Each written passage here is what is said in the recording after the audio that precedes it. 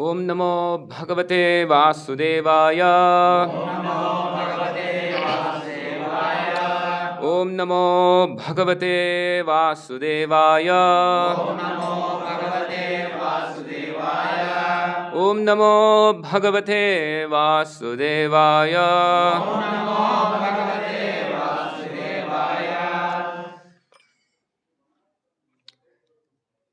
Reading from Srimad Bhagavatam as given by Srila Prabhupada in the form of the Krishna book, the Supreme Personality of Godhead. This is the summary study of Srimad Bhagavatam 10th canto. We'll just read from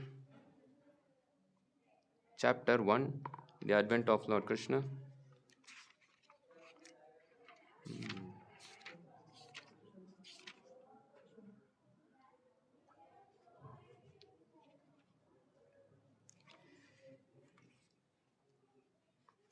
We'll read here and there somewhere because the birth of Krishna doesn't come in the first chapter of 10th canto of Bhagavatam. Anyway, how much we can cover in this day? We are all here celebrating the grand appearance of the Supreme Lord, Lord Sri Krishna. It's a big celebration for us. The biggest celebration in ISKCON society is Sri Krishna Janmastami. And all the disciples of Srila Prabhupada will agree on one particular thing. For them, the biggest celebration is the appearance of Srila Prabhupada. Yeah. And definitely, we are the disciples of Srila Prabhupada. For us also, the most important day in our calendar should be the appearance of Srila Prabhupada. Obviously, our Guru Maharaj, there are many disciples of many Guru Maharaj. So that Vyas Puja of our Guru Maharaj is also a very important day. Definitely Krishna is the Supreme Personality of Godhead, but that Supreme Personality of Godhead, Krishna, was revealed to us by Srila Prabhupada. So we consider the appearance of Srila Prabhupada more important than appearance of Lord Krishna. But in the absolute platform, it's all the same. We don't have to find any difference between appearance of Srila Prabhupada or appearance of Sri Krishna. It's all on the spiritual platform. Today's appearance of Sri Krishna, he is the darling of Yashoda. Then he is the darling of Nanda Maharaj. Then he is the darling of Radharani, Brajvasis. I was saying he is the darling of everyone. There is a verse in 7th canto Srimad Bhagavatam, Nathe vidu swartha gatim hi Vishnu. We do not know that our life is Krishna. Right? Actually, Krishna is the darling of everybody. And Krishna is also darling to everyone. The problem with the conditioned souls who are loitering here in the material world is that they do not know who their darling is. Everybody is trying to be a darling of somebody, or everyone is trying to keep someone as their darling. That's true. In material world, definitely everybody is searching for some darling. And they also want to be a darling of someone. Usually, especially the mother is so affectionate to the child. So, the children of the mother are very much affectionate to their parents. So, mother is a darling of the son or the daughter. And naturally, the son is also very much attached to the mother. Like that, if you see, there are so many personalities we have in our life whom we try that, let this person be very dear to me. Let me be dear to this person. This is the natural inclination of the soul. The soul always wants to be loved, and the soul always wants to love. We do not know whom to love, and we do not know who should love us. We falsely think that the material personality should love us. Actually, all the people who are loving us in the material platform, they are not at all loving us. This love is a very special word which can be in connection only with the spirit. That is a verse in Sri Chaitanya Charitamrita. Atmendriya Preeti Vanchadare Balikam, Krishnendriya Preeti Ichchadare Premanam.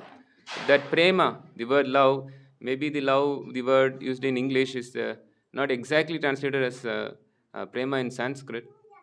But prema is the true form of love. But that prem, that love, is only for Krishna and his devotees.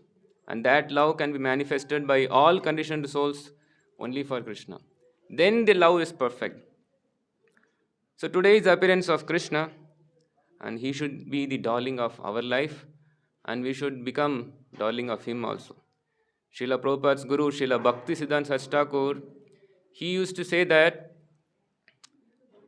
rather than becoming, uh, we want to come and see Krishna, but we should act in such a way that Krishna comes and sees us.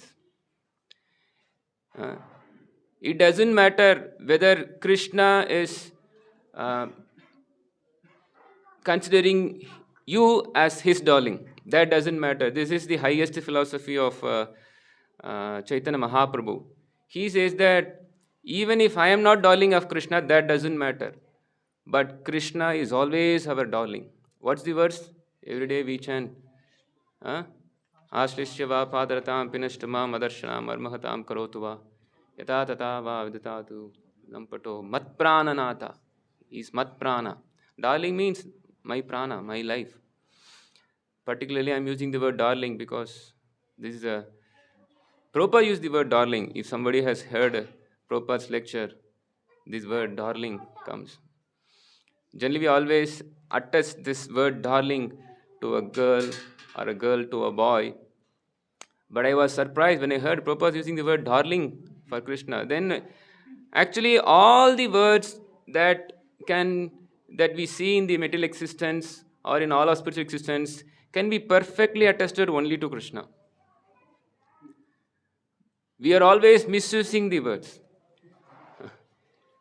It's the nature of the conditioned soul. It misuses the intelligence, it misuses the independence, it misuses the human form of life, and it misuses the all sort of words also, which should be properly used for glorifying Krishna. So this is Krishna's birthday. So Krishna, it doesn't matter whether Krishna is seeing us as our darling, but we should always keep Krishna as our darling. And don't worry, Krishna is not a demon. Krishna is a very wonderful person. Srila Prabhupada revealed Krishna to us as the supreme personality of Godhead. This is a very wonderful contribution that Srila Prabhupada, this is not Prabhupada's contribution, but Srila Prabhupada made that very clear that God is a person. If you read Srimad Bhagavatam, it's mentioned that the appearance of Krishna destroys the impersonalist conception. Because people have different speculations about the existence of God. Then Krishna appears and shows that you nonsense fellow, stop all your thinking of the different varieties of foolish ideas of God. I am here directly. You see me and how I am performing activities. Know that I am the person and I am the supreme person, and all the impersonal features which existing are all subservient to me. Matta parataram nanyat kinchit asti dhananjaya. Everything is under Krishna. Krishna is above everything. Krishna is asamma urdhva. Asamma urdhva. All the persons are all below Krishna. Krishna is, nobody is equal to Krishna. No person is equal to Krishna. No person is above Krishna. And no other features, it may be even impersonal features, they are all not even equal to Krishna. What to speak of above Krishna? So Krishna's appearance is a problem for the demons. Either the impersonal demons or the personal demons. Krishna's appearance is a problem. But for devotees, it is a celebration. We are celebrating Janmastami here. We are very happy. We are very happy celebrating the appearance of Krishna. But many are not happy with us. Why these people are just wasting so much money? The temple was normal other days, but today I see that this temple is so much gorgeously decorated. Waste of money. They think this is a waste of money. They don't think that the money spent for big appearance of celebrities, their film releases. In fact, all the so-called celebrities, they take advantage of such a festival like Janmashtami, Diwali, and take the festival mood and exploit people by releasing their nasty films. Oh, Diwali release. I think hopefully there is nothing called Janmashtami release. I don't know, at least Diwali release. In my college days, we used to hear that. Diwali release. Then that's a celebration for Supreme Lord. Every festival should be a celebration for the Supreme Lord. Janmashtami, like Janmashtami, there are so many festivals. All these festivals are meant for glorification of Krishna. Every festival should make us remember Krishna. But then outside people, they are taking advantage of the festival mood and making people forget Krishna.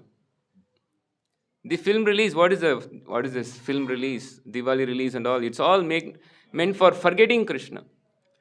The whole human life is meant for remembrance of Krishna, but materialistic society is organized in such a way that each and every activity is meant for forgetting Krishna. So our celebration is not enough. We should do a big celebration. Our celebration should be the uh, biggest of all celebrations. I think on Janmashtami, government is giving us a holiday. Hopefully, definitely not in Tamil Nadu where I am coming from. Uh, not in Karnataka. Oh, that's sad. Taking birth in Bharata is no more considered pious activity. Taking birth in Bharata is considered a pious activity. Why? For eating, sleeping, mating. That is available even in America also, Africa also. Taking birth in Bharata means taking advantage of the culture, Vedic culture, which is based on the Vedas, Bhagavad Gita, and Srimad Bhagavatam. That's how taking birth in Bharata is considered pious. So, if no importance is given to the birth of Supreme Lord Krishna or Rama or other incarnations or the festivals like the Ekadasi days, then what's the point taking birth in Bharata? It's the duty daunted on us by the Guru Parampara that we should somehow make holidays on Janmashtami, Ramanavami, Ekadasi, and some point of time, 365 that should be holidays. When will that day come? 365 days holidays, just Krishna consciousness. Then it is no more material, it becomes Vaikuntha. Vaikuntha means 365 days holidays working hard. Because people think holidays means no work. In spiritual life, holiday means full work. Yesterday, I think 2 days before, Madhukan Prabhu, our dear Godbrother, when he came here, he was just saying, people are not happy to work. That's why uh, when you see the face of people on Sunday night or Monday morning, is completely different from Friday evening. Means people are not happy. But we are very happy. We are very happy working 24 hours for Krishna. Janmashtami, how blissful we are. We are completely occupied. Just see the grand celebration. I was just thinking how we can celebrate Janmashtami. There are different ways of celebrating Janmashtami. Every devotee is working hard in their own capacity to make this festival a big success. Just seeing the gorgeous celebration, so wonderfully decorated. So it's a way of celebration for the decorators who decorated this particular temple hall outside. That's a way of celebrating Janmashtami. What are the other ways of celebrating Janmashtami? Definitely for the Matajis, making garlands. I was just seeing um, somehow, I don't know whether Jagannath doesn't want me to give darshan yesterday. I was fully occupied in the bookstall and couple of our devotees also. They didn't even come for darshan. We did not even know how the darshan was. Just today I just saw how gorgeously Jagannath is decorated with so beautiful flowers. So This is a celebration for Matajis and even Prabhujis or other devotees who made this beautiful decoration for the Lord, the Brahmanas who worked for the altar. Really, this is a way of celebrating Janmashtami, right? And there are other ways of celebration also. Maybe many devotees who are engaged in the cooking seva, they also did not have proper darshan at all. So that is the way of celebration for the cooking devotees. And there are many other devotees, especially the organizers, the management. They are very busy seeing everything's are working in proper condition. We'll have our own one department focused on that. But then organizers and management devotees who are engaged in this, administering so many, they have so many other things to see. So it's this their way of celebrating Janmashtami. And of course, we were all in the bookstall. We had our own way of celebrating Janmashtami. So there are different ways of celebrating Janmashtami, but the central point of celebrating Janmashtami is that let everyone take the mercy of Krishna, take Krishna into their life. That's what we are celebrating Janmashtami. Otherwise, we are quite comfortable, happy being Krishna conscious. But all these festivals, in one way, we also want to celebrate Janmashtami because Krishna mercifully came to this horrible material world to lift the horrible conditioned souls who are always against him, never want to surrender to him. So Krishna is mercifully coming to us. So remembering that day when Krishna was so mercifully appearing for us who are very, very, very foolish in rejecting Krishna. So we want to celebrate that festival. Why we are celebrating Prabhupada's Vyas Puja? Because he also mercifully appeared to take us back home, back to Godhead. So we are very happy that we are celebrating Janmashtami for many, many reasons. So we should celebrate Janmashtami in a very big way, not just holiday alone, but make sure that the whole Bangalore population, it should be quite 1 crore, 10 million, I think. 10 million people should come to our center on Janmashtami day. Then that's the success. Till that time, we have to work hard more. There is so much to do in our movement. Our movement is not a, what we can say, it's not a movement which is just existing just because it wants to exist. No, we are here to make a revolution. Srila Prabhupada said, this movement is meant for making revolution. Revolution means that it is not so easily done. Revolution means that one needs courage, one needs bravery. Without bravery and courage, no revolution happens. Even materialistically speaking, a revolution to happen is not an ordinary thing. It's so much of sacrifice. But people are engaged in so much of foolish revolutions. We want to make a perfect revolution. Generally, revolution is meant for uplifting people. But all the revolutions, it may be a French revolution, or capital revolution, or a communist revolution, or a socialist revolution, or no revolution. There are people, why agitating? Let's be cool. No revolution. This is their revolution. But they think that all revolutions are meant for uplifting. But they don't know that all revolutions so far happened is simply bringing people down more and more. Everybody is sinking down into existence more and more. The only uplifting revolution is the revolution started by Chaitanya Mahaprabhu, the Sankirtana movement. So this is not an ordinary movement. So we have to work hard for this movement. We have to make Krishna popular.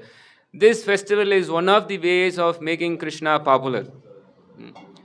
Particularly, this festival gives us a impetus for us to make Krishna more popular. But not that only on Janmashtami day we have to make Krishna popular. Every day we sing in front of Srila Prabhupada, Ebejas Goshuk Tribhuvana. That as we are discussing, there are so many ways to celebrate Janmashtami. One special way to celebrate Janmashtami is to make Krishna popular. That's what actually we are doing. In ISKCON society, we are making Krishna more popular, inviting people. Traditionally, people used to go to temples. In fact, many people will have their own Janmashtami celebration in their house also. So we want to make Krishna popular. Ebejas Kushuk Tribhuvana. Completely making Krishna popular. That's a way of celebrating Janmashtami. And especially as a missionary movement, we want to spread the news of Krishna, the news of the Krishna consciousness movement, that it is benefiting the society, really uplifting the society. So that's the way we are celebrating Janmashtami. And let's read something from Srila Prabhupada books. How Krishna appeared, why Krishna appeared. Few verses, few paragraphs. Let me read.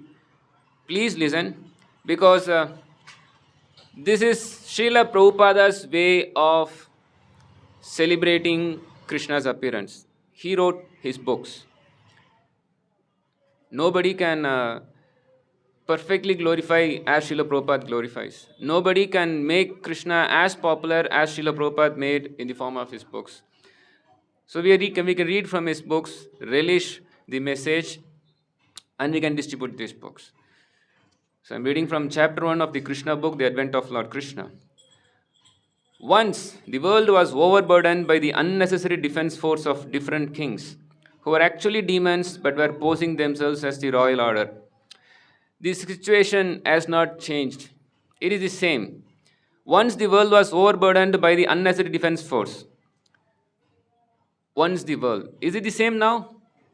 Definitely the same. Definitely the earth is overburdened by the unnecessary defense force. At least now we are saying a very big war is happening between Russia and Ukraine. And other countries are also getting ready. At that time, the whole world became perturbed, and the predominating deity of this earth, known as Bhumi, went to see Lord Brahma to tell of her calamities due to the demoniac kings. Bhumi assumed the shape of a cow and presented herself before Lord Brahma with tears in her eyes.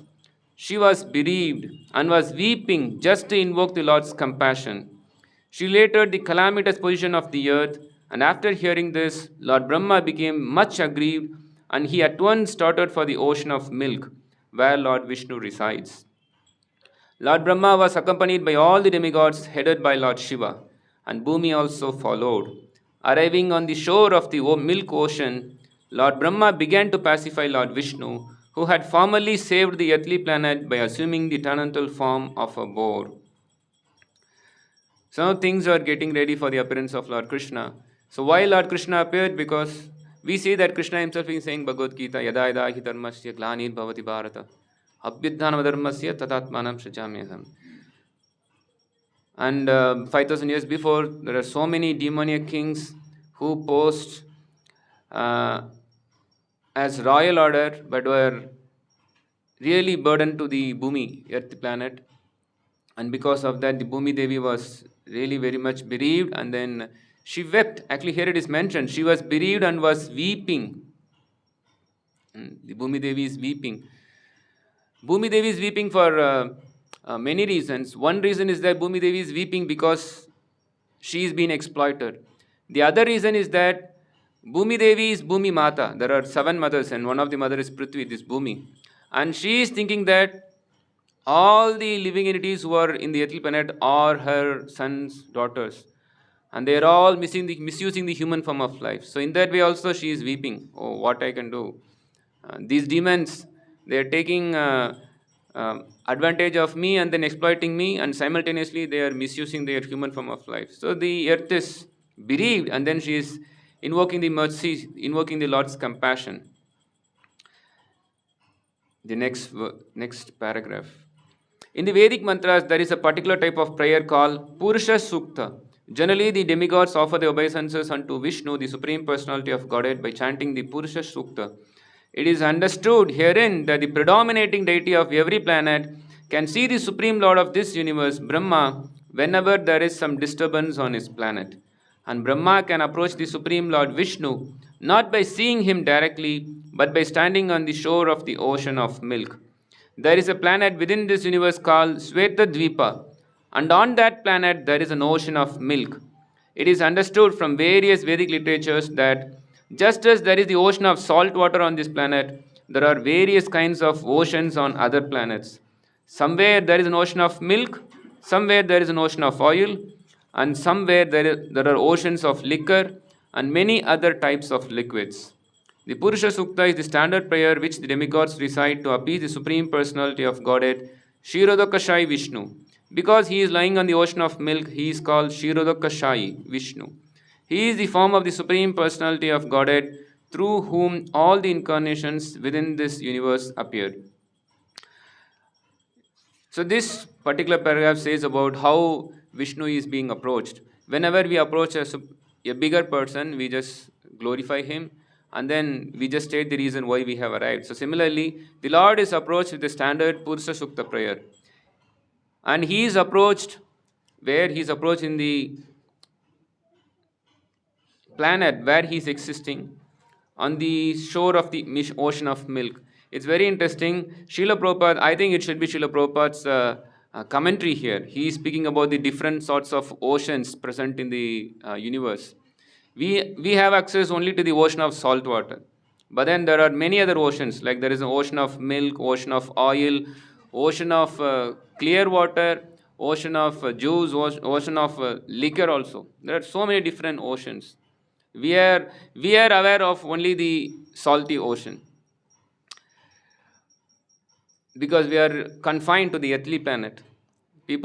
Somebody who is very advanced, then they'll be able to have access to the other different types of oceans.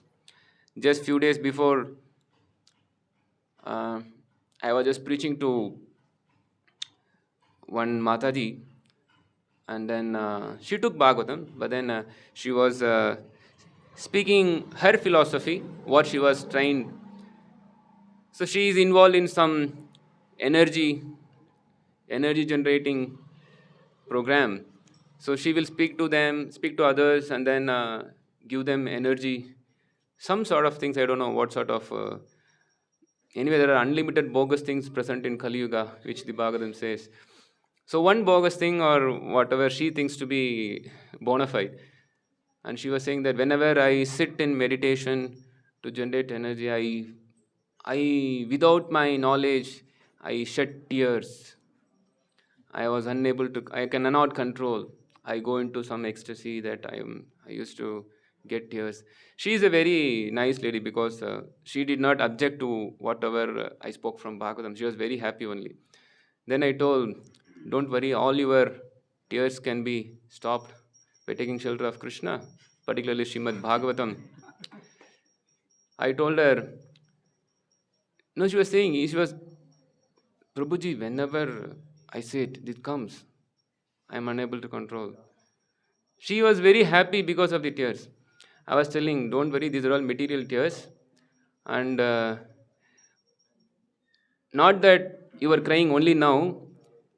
The tears coming from your eyes, if at all aggregated together, it will become an ocean. Ocean of tears you have already shed.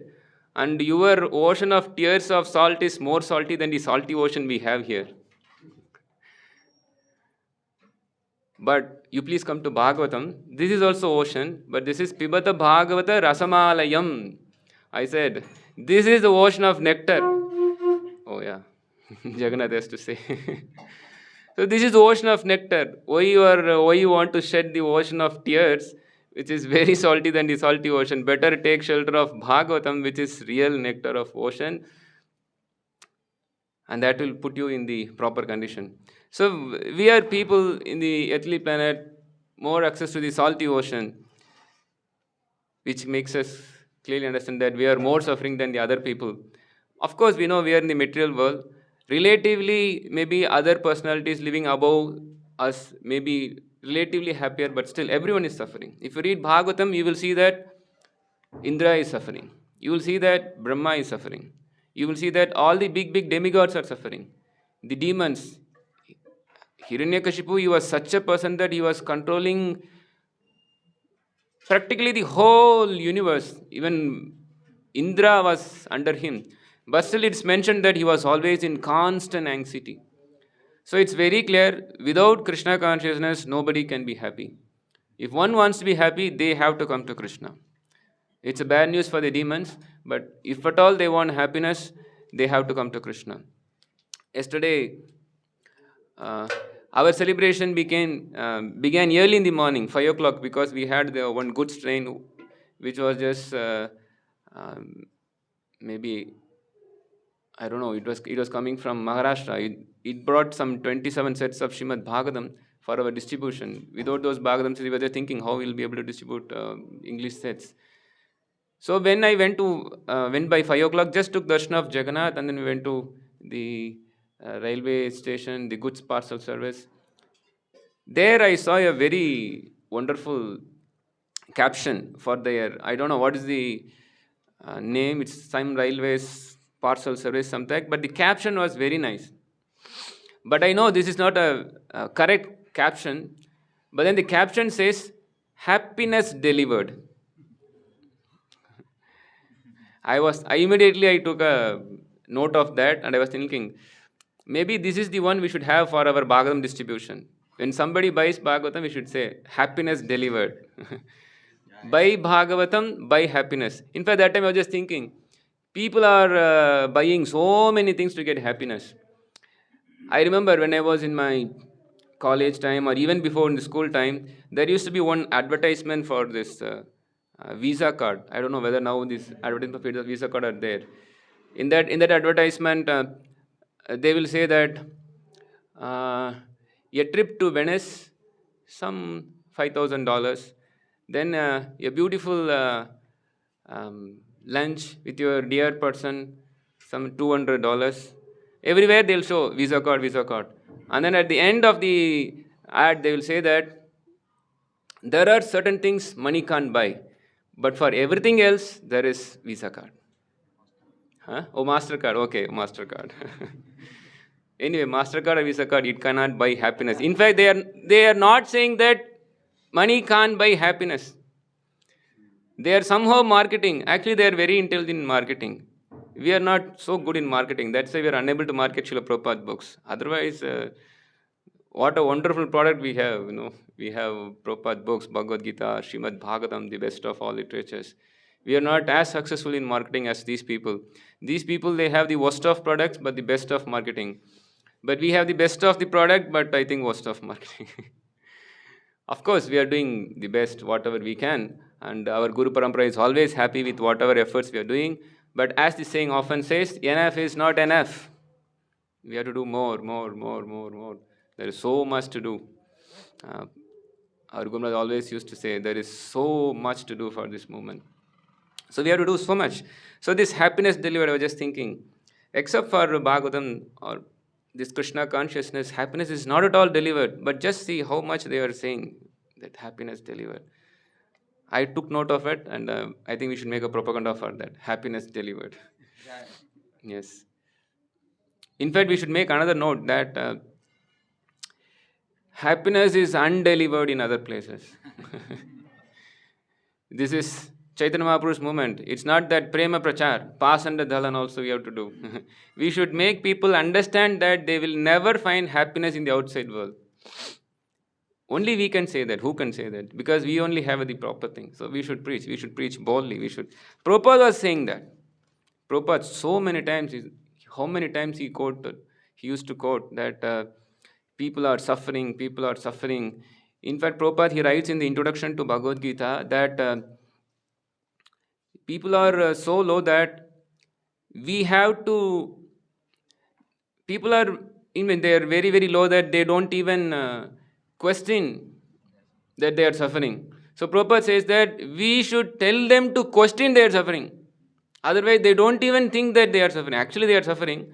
But then don't think it is exactly like animals. Actually, people are exactly living like animals. This is tulya. We are hard to say, but what can be done? That is the true fact. People are suffering, and then they are not at all questioning their suffering. Even if somebody is questioning their suffering, they are misguided. Having the Krishna conscious movement in this world, we should give them a solution. They should come to our society to get the proper solution. We have the proper solution. That's why in Srimad Bhagavatam, one of the chapters in the first canto, it says that Bhagavatam, I think second canto, the answer for all problems. Oh, yeah. So here is the answer for everything. I know what is the time. Okay, we'll read few more paragraphs and then we can wind up. And I think throughout the day there will be some discussion. Yeah, the third. Third paragraph. After all the demigods offered the Purusha Sukta prayer to the Supreme Personality of Godhead, they apparently heard no response. Then Lord Brahma personally sat in meditation and there was a message transmission from Lord Vishnu to Brahma. Brahma then broadcast the message to the demigods. That is the system of receiving Vedic knowledge. The Vedic knowledge is received first by Brahma from the Supreme Personality of Godhead through the medium of the heart.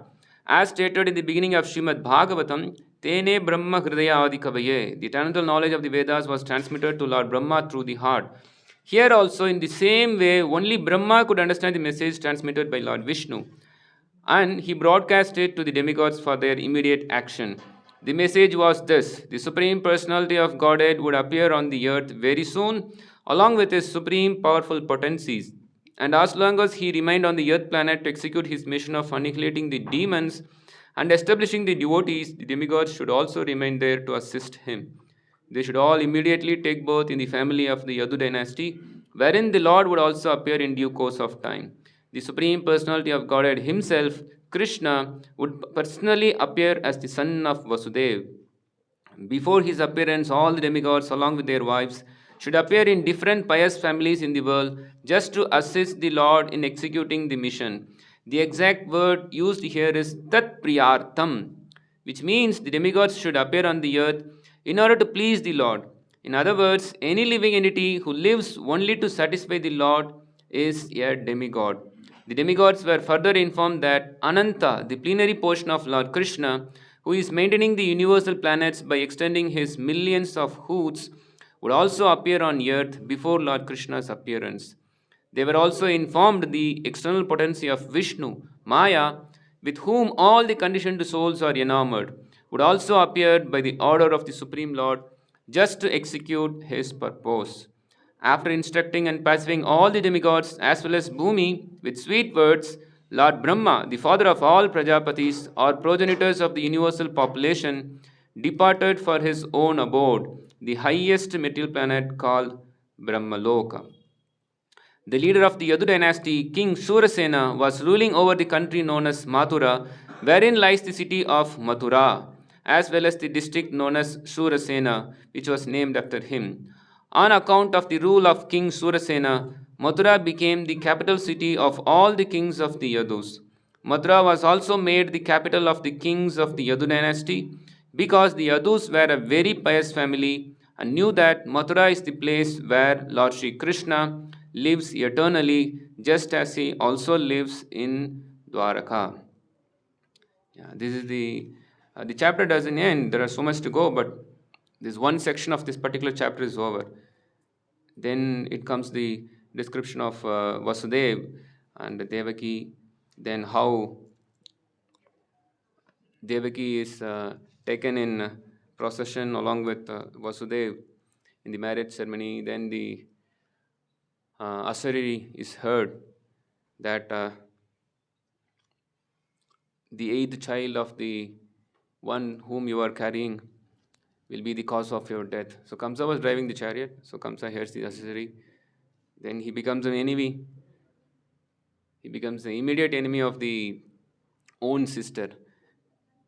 Then this story goes how he arrests Vasudeva and Devaki. In fact, he wanted to kill the sister immediately, but Vasudeva was very intelligent in dealing with the situation. Then they were arrested. Then later, every child was offered to Kamsa, and then Kamsa mercifully killed. Then, after some time, then Krishna gets his birth, takes birth as the eighth son of Devaki. The story goes like this. So I stop here. So any questions and comments we can discuss further. Yeah. Before a question, maybe I just want to say some words because this is appearance day of Krishna. I see many devotees here, but if at all, by chance, if someone is not having Srimad Bhagavatam, you can please raise your hand. Anyone who is not having Srimad Bhagavatam? 1, 2, 3. No, you don't have to be shy. Don't worry. I'm only telling that you have to take Bhagavatam. Otherwise, I won't say anything more and all. why somebody should be shy. Actually, Bhagavatam is Krishna, no? You should be very happy. Oh, Krishna, come to my house. Krishna Tulya Bhagavata, Vibhu Sarvashriya. So we should invite Krishna to our house. Hmm? So please, whoever raised your hands, please take Bhagavatam today. This is Krishna's appearance day. So let Krishna also appear in your house in the form of Srimad Bhagavatam. We know Krishna from Bhagavatam only. Right now we read from Bhagavatam. And religion of Chaitanya Mahaprabhu is also to establish the literature Srimad Bhagavatam, through which one can know Krishna. No one can know Krishna other than from Srimad Bhagavatam. Here and there are certain things, there are certain books through which you can know Krishna. But if you read Srimad Bhagavatam, you will see that Vedavyas was not happy presenting Krishna in other books. He was completely dissatisfied. But when he presented Krishna through Srimad Bhagavatam, exclusively about him, he was very satisfied. So if you have Srimad Bhagavatam and know Krishna through Bhagavatam, then definitely you will be very happy and satisfied. Otherwise, of course, you have Bhagavad Gita. Bhagavad Gita is a preliminary study of Bhagavad Tattva Vinyan. Prabhupada says Bhagavad Gita is the ABCD of spiritual life. ABCD means people often think it's very low. Nothing like that. Bhagavad Gita is a Tantra literature. Without ABCD, what you can learn in? You can't learn anything without ABCD. I'm speaking in English, but I learned ABCD first. So Bhagavad Gita is the base. But if I learn only ABCD and not speaking, not making a beautiful essay, then what is the point in studying ABCD? The point in studying ABCD is to make words and speak, converse, right? So you have Bhagavad Gita. So it shows that you should buy Bhagavatam. Otherwise, only keeping Bhagavad Gita means what? You should take Bhagavatam. Yeah. What, Prabhu? Yeah, Prabhu is reminding me, the Janma Karma Chame Divyam Evam Yoveti Tatpataha Tyakta Deham Punarjanma Naiti Mameti Sorjana. Krishna says that one who knows my birth and activities as transcendental, upon leaving this material world, he doesn't take birth again but comes to me. So where is the Janma and Karma of Krishna mentioned? Bhagavatam. Bhagavatam only speaks about the Janma and Karma of Krishna. Yes. Janmastami. We read from Bhagavatam. So Krishna says in Bhagavad Gita that you know about my birth and activities, then you come to me. Then you have to come to Bhagavatam, then to go to Krishna. Yeah, this is implicit. So those who don't have, you please take Srimad Bhagavatam at least today. Don't delay it, because Bhagavatam is a book of emergency. I can take another day. Because the very purport of Bhagavatam is that it's a book of emergency. It was spoken because Parikshit was to die in 7 days. If you delay to buy Bhagavatam, then what's the point in Bhagavatam? Of course, we are very happy at least some point of time you will buy, but it's a book of emergency. In fact, material world is always emergency. We always see the siren. Sirens, there is some sound, no? Wang, wang, wang, wang, wang. Prabhupada says, actually Parikshit was very intelligent that he heard Srimad Bhagavatam. We always think that, he had only 7 days. Prabhupada says, he was very intelligent, he took it.